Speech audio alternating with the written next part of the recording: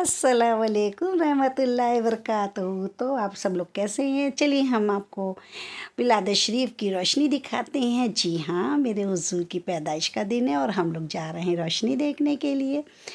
तो ये मेरे यहाँ ताला लगाने लगे और फिर हम लोग निकल पड़े स्कूटी से। और ये मेरे कॉलोनी की गली भी बहुत सजी हुई थी। फिर हम लोग आ गए रोड पे। तो ये है बेगमगंज चौराहा, जहाँ से हम लोग स्टार्ट करते हैं।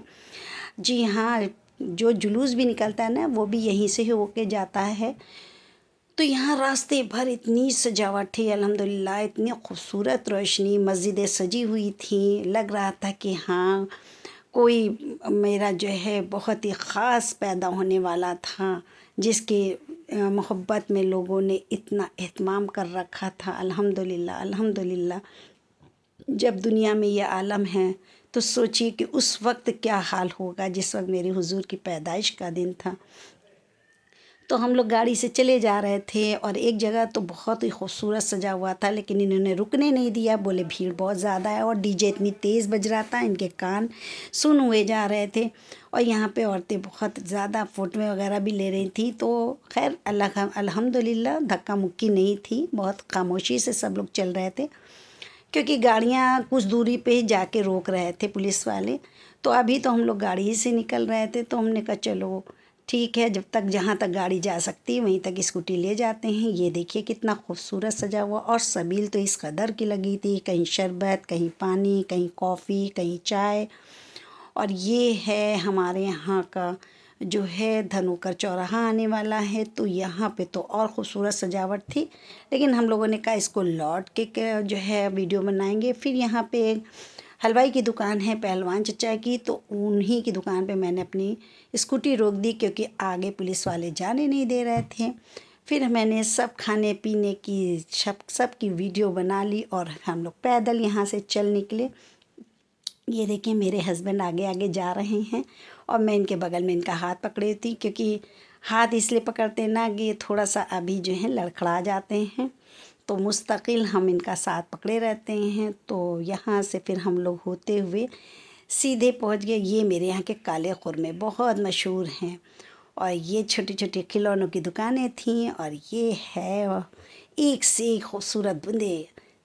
अब आगे हम लोग असली जगह पे। जी हाँ, सीख बोटी और सीख जो है कलेजी। लेकिन इन्होंने कहा अभी कुछ नहीं, पहले तुम आगे से जाके सब देख लो, फिर वापसी में हम लोग खाते पीते आएंगे।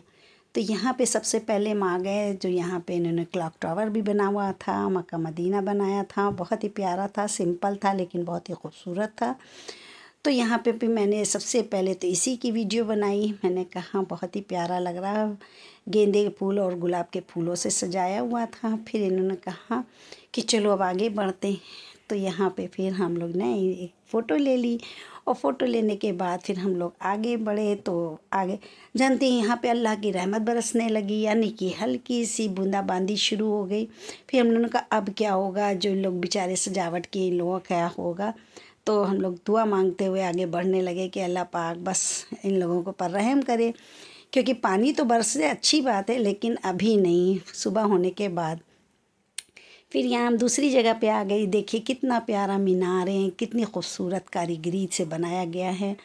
और देखिए ना, गोल्डन जैसे नहीं होता है सोने का, तो वैसे ही इन्होंने सजावट कर रखी थी। और मस्जिद अक्सा का भी इन्होंने थोड़ा सा लुक दे दिया था।